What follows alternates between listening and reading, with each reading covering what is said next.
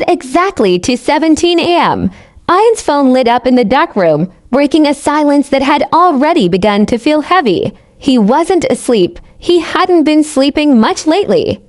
Something had been off for days, like a quiet warning he couldn't explain. When the screen glowed, he turned his head slowly, as if part of him already knew the moment mattered. The name on the screen made his chest tighten. Rafi. Ian sat up, his heartbeat steady but deep, and opened the message. "I'm sorry you had to find out this way." That was it. No greeting. No explanation. Just that one line. Short, cold, final. For a second, Ian didn't react. His mind didn't rush. It didn't panic. It just paused, like everything inside him had stepped back at once. Then he noticed the attachment below the message. A file. A contract. He opened it. His eyes moved across the page quickly at first, then slower, then painfully slow. Words started to take shape. Names, dates, signatures. Rafi's name was there. The company's name was there. The deal Ian had spent 2 years building was finalized, and his name was nowhere. Ian blinked once. Then again, he scrolled back to the top, reading it all over again as if the words might rearrange themselves. They didn't. The truth stayed exactly where it was, clear and sharp. This wasn't a mistake. This wasn't unfinished. This wasn't something that could be explained away. It was done. The phone slipped slightly in his hand, but he didn't drop it. He just sat there, staring at the screen, the light reflecting in his eyes. The room felt colder, even though nothing had changed. For a moment, his mind tried to fight it.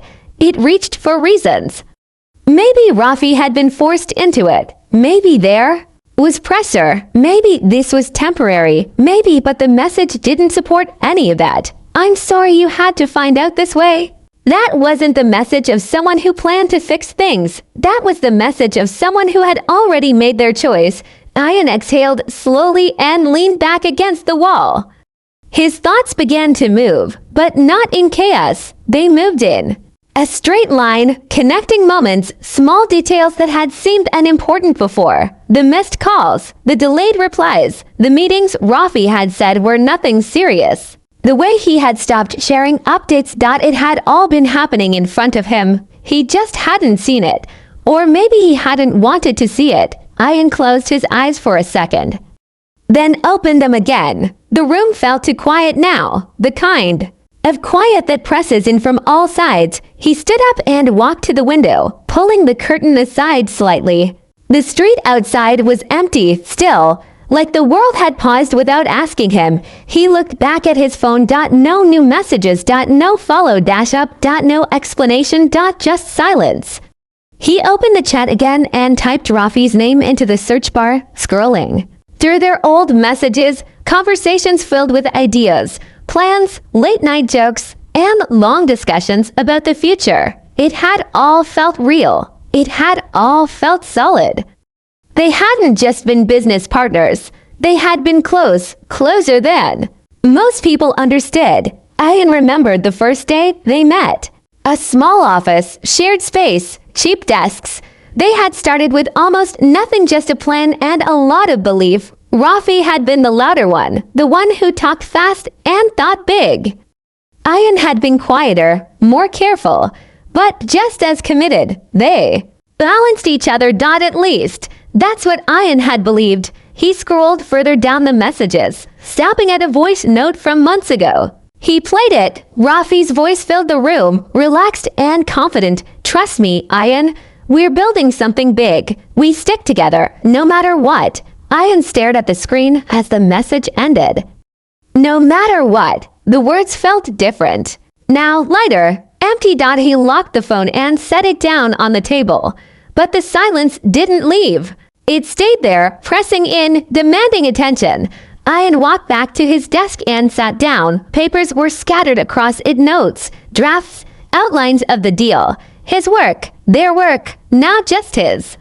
He picked up one of the pages and looked at it, but the words blurred. Not because he couldn't read them, but because they didn't mean the same thing anymore. Everything had shifted, not slowly, not gradually, all at once. He leaned forward.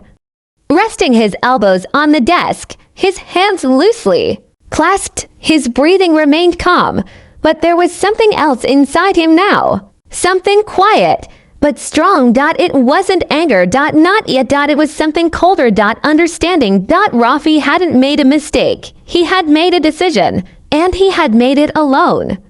The clock on the wall ticked steadily, marking time that no longer felt normal. Ian didn't check it. He didn't need to.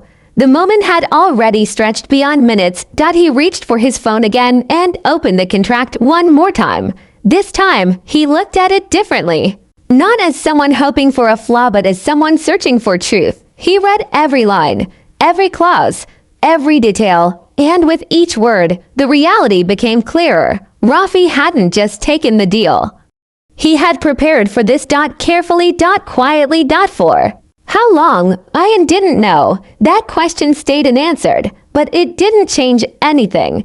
What mattered was this: Rafi had walked away with everything they built.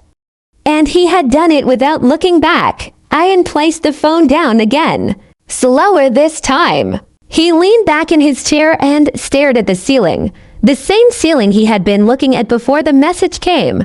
But now it felt different. Now it felt like the start of something, not the end. Because something inside him had shifted. Still quiet. Still controlled, but no longer uncertain. He didn't reach for anger. He didn't rush to respond. He didn't pick up the phone to call or send a message. Instead, he sat there, letting the truth settle fully, letting it become real, letting it become part of him. Because he understood something important in that moment. Reacting quickly wouldn't change anything, but understanding everything would. The night moved forward slowly, but Ian didn't notice. His mind had sharpened. His thoughts had narrowed. The confusion was gone. In its place was focus. He stood up again, this time with purpose, and walked back to the window. The sky was beginning to lighten slightly. The first signs of morning creeping in. A new day. Ian watched it quietly. He didn't feel broken. He didn't feel lost. But he didn't feel the same either. Trust, once simple, now felt distant. And in that distance, something else had begun to form. Not anger. Not yet, but something that could become it. Something that could grow. He turned away from the window and looked around the room. His space, his work, his effort. Nothing had physically changed, but everything had. Ian picked up his phone one last time and opened Rafi's message again. I'm sorry you had to find out this way. He read it carefully. Then he locked the screen. No reply. Not now. Maybe not ever. Because Ian knew one thing with complete clarity: this wasn't just the end of a partnership. It was the beginning of something else. Something deeper. Something that would shape what came next. And as the first light of morning entered the room, Ian stood still, calm and silent. With a new thought settling firmly in his mind, he wasn't thinking about fixing anything anymore. He was thinking about what came after being betrayed. And for the first time since 17 a.m. His heartbeat changed. Steady. Focused. Ready.